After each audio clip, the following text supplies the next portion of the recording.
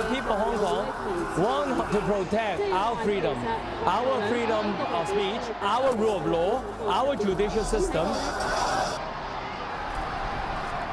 The freedom from fear that we are every day facing right now. 1 million people have filled the streets of Hong Kong in the past few days, protesting against a controversial extradition law.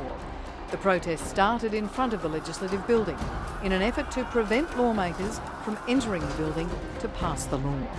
This law is like a legal kidnapping, and I don't trust other legal systems. The thing that protects Hong Kong is its legal system, and this is bypassing its legal system totally. Lawmakers argued legislation must be passed quickly in order to charge a Hong Kong man who confessed to murdering his girlfriend in Taiwan. But he can't be extradited without this law. The alternative of not pressing ahead with the legislation will have an even worse situation in terms of confidence and trust. The new law, championed by Hong Kong Chief Executive Carrie Lam, would also allow people in Hong Kong to be extradited to mainland China, raising fears that Beijing wants to reach into the territory to extract its political opponents.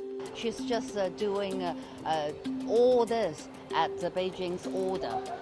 She's just some little puppet of the Beijing regime. I can only say that I'm very sad to be given this label that I'm betraying Hong Kong.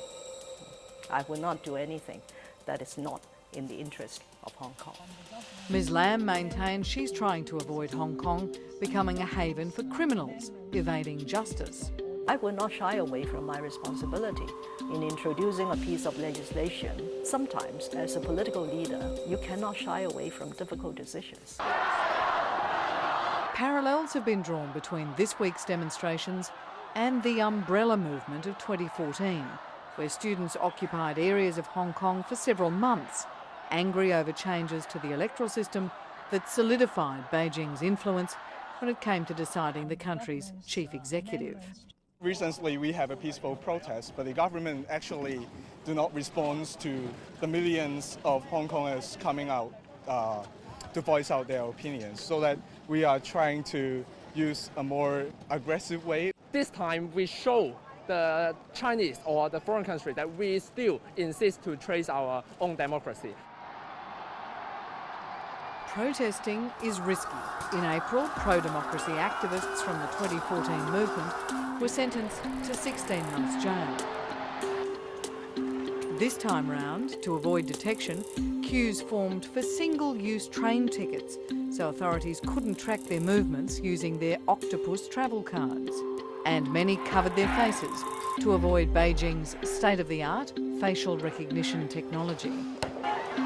Protesters have succeeded in suspending the lawmaking session for one more day, and despite many vowing to never retreat, the entrance to the government building has freed up where the clean-up begins.